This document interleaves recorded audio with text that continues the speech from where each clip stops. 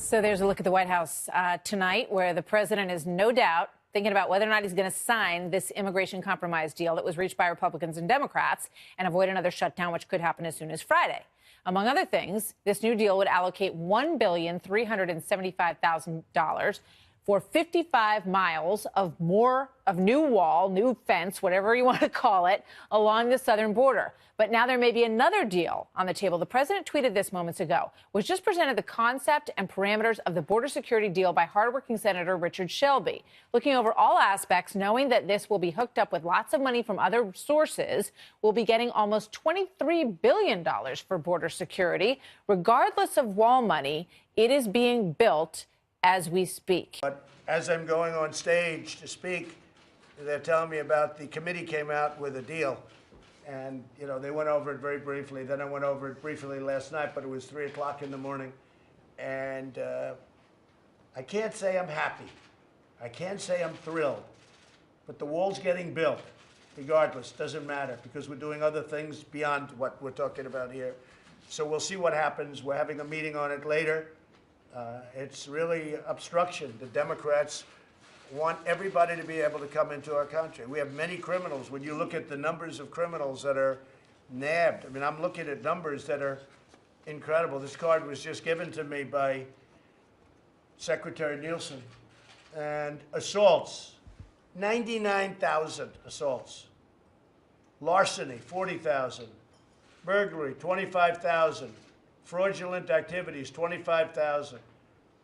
Damage and stolen property, 17,000. Sex offenses, 13,552. Sexual assaults, 10,468. That's sexual assaults on people that live in our country, by people that are coming illegally across our borders. In many cases, people that have come before I became president. What happens is we are working very hard. We're getting rid of tremendous numbers of MS-13. And the Democrats don't like us to get rid of MS-13. Now, you figure that one out. Here now with the inside story, two congressmen involved in the border deal negotiations, Republican Tom Reed and Democrat John Garamendi. Gentlemen, welcome. Thank you very much for being here. Congressman Lee, let me start with you. What do you think? What does he mean by that? What does the president mean by that? Yeah, I think what the president's looking at is the money that's in the appropriations process, not to get too inside D.C., but this is money that can be reprogrammed, that can be looked at for national security use. And I think what the president's doing is coupling this deal with those resources and committing the first priority that we should all be, protecting our border. Now, Tom, you and I have been working together in harmony, but that's not a harmonious statement.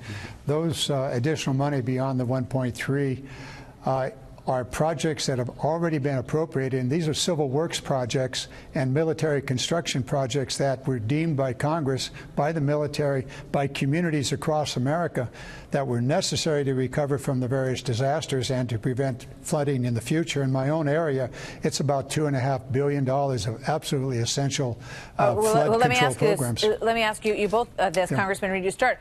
Would the money that the president is talking about take away from disaster relief or rebuilding money? Is that true?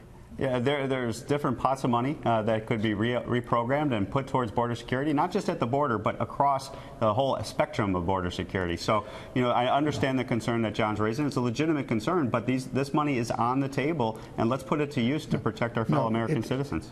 Tom, we've worked so closely together, but the reality is that money has been appropriated for specific projects, some $4 billion in Houston, Texas, to repair the levees and the dams in Houston, another $2 billion in Puerto Rico, money in Florida, money in California, all of it absolutely essential to protect lives in the communities all across the nation. Could the president do it? He'd have to declare a national emergency. To do so, at least in the Army Corps of Engineers, there is some military construction projects that have in the past been reallocated for work in Afghanistan and Iraq.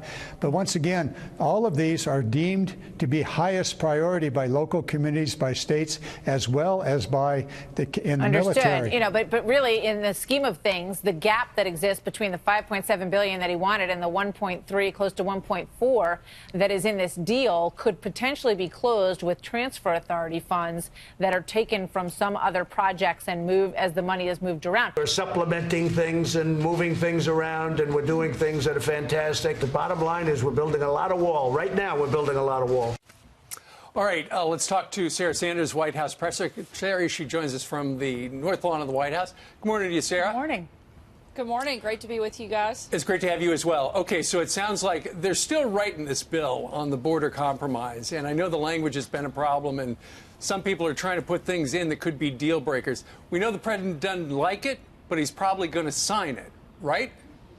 Look, we'll see what the final package looks like. But like you said, and like the president himself said yesterday, he's not happy about it. But he's okay because he's going to get the job done no matter what. He's got alternative options, and he's going to keep those on the table. Again, we'll see what the final package looks like, and the president will make a determination on whether or not he's going to sign it. But you can rest assured the president promised he was going to build the wall, and he's going to deliver. Just like he said he was going to run for president and win, and he has. He said he was going to make better trade deals, and he has. He said he was going to rebuild the military, and he has. He said he was going to grow the economy, and he's done that. He's promised to build the wall, and he's going to get that done, too. He also said that he doesn't believe that there will be another shutdown, indicating that he will sign it. So he will sign it, Sarah? Again, the president wants to see what the final package looks like, and he'll make a decision at that point. They're still tinkering and making edits to that legislation, and once we see what the final piece looks like, the president can make that decision. Again, this has made some progress. Nancy Pelosi said she wasn't going to give $1 for the wall. This has roughly $1.4 billion that'll go towards the wall that the whole country knows that we need, knows that the president is going to make happen. In total, it gives about $23 billion in border security, which is desperately needed. It expands ICE versus abolishes ICE, like we've heard some Democrats talk about in the past. So there are some positives in this bill, but it's certainly not enough, and that's why the president's not happy. But at the same time, that's why while we've been negotiating this, the president and his team have been looking at every option possible to get the full funding they need in order to complete the wall.